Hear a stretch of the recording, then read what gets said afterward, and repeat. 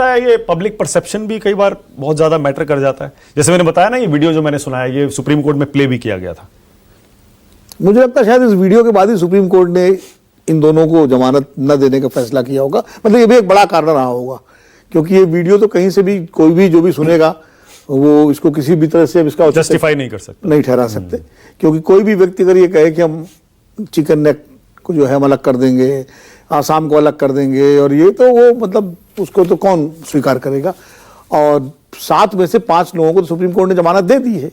वो 5 भी यूएपीए के ही तहत बंद किए गए थे, लेकिन चूंकि उनके खिलाफ ये वीडियो नहीं था, इसलिए मुझे लगता है, हो सकता है और भी मुद्दे रहे हो तो जज साहिबान ज्यादा बेहतर तरीके से उन्होंने किया होगा, वकील साहिबान लोग बैठे हुए जानते हैं। लेकिन मुझे लगता है नॉन लीगल व्यक्ति, हम लोग तो कोई कानूनी जानकार तो ज्यादा है नहीं, लेकिन हमें लगता है शायद ये वीडियो एक बड़ा कारण रहा है इन दोनों की जमानत न होने का।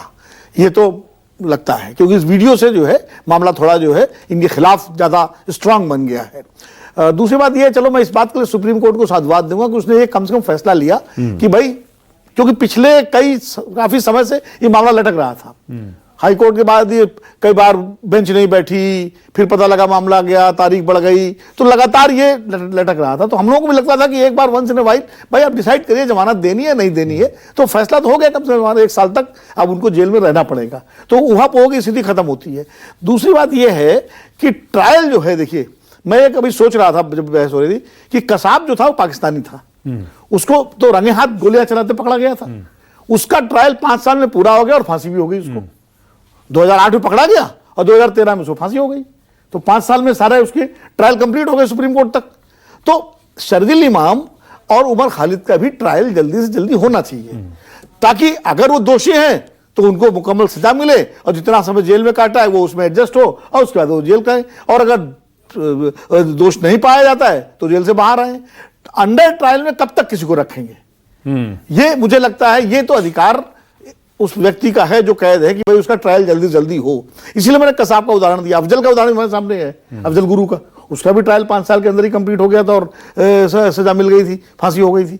तो मुझे लगता है कि ये जो है ट्रायल के मामले में जरूर इस पे कोर्ट को और एजेंसी को गौर करना चाहिए। लेकिन कई बार डिलेइंग टैक्टिक्स जो है वो अक्यूज भी करते हैं, कहते हैं ना justice deny, justice delay is justice deny जी। लेकिन जैसे ये वकील साहब भी इशारा कर रहे थे, कई बार डिलेइंग टैक्टिक्स जो है वो अक्यूज भी अपनाते हैं, नहीं डिले करो किसी तरह से ट्रायल को। अक्यूज क्यों अपनाएगा इस मामले में? क्या उसको जेल में रहना अच्छा लगता है क्या?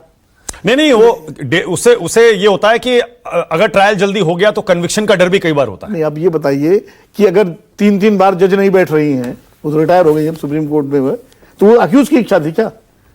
जब केस लगता था बेल का और जज नहीं पता लगा आज नहीं है या उन्होंने छुट्टी ले ली है, तो क्या वो जज की अक्यूज की इच्छा थी क्या? ऐसा नहीं है, अक्यूज पर सारी चीज डाल देना। ये ट्रायल तो देखिए, अगर अक्यूज डिले कर भी रहा है ट्रायल को, तो ये एजेंसी की जिम्मेदारी है और न्यायपालिका की जिम्मेदारी है कि इस ट्रायल को जल्दी से जल्दी एक्सपेडाइट कराए ताकि फैसला हो।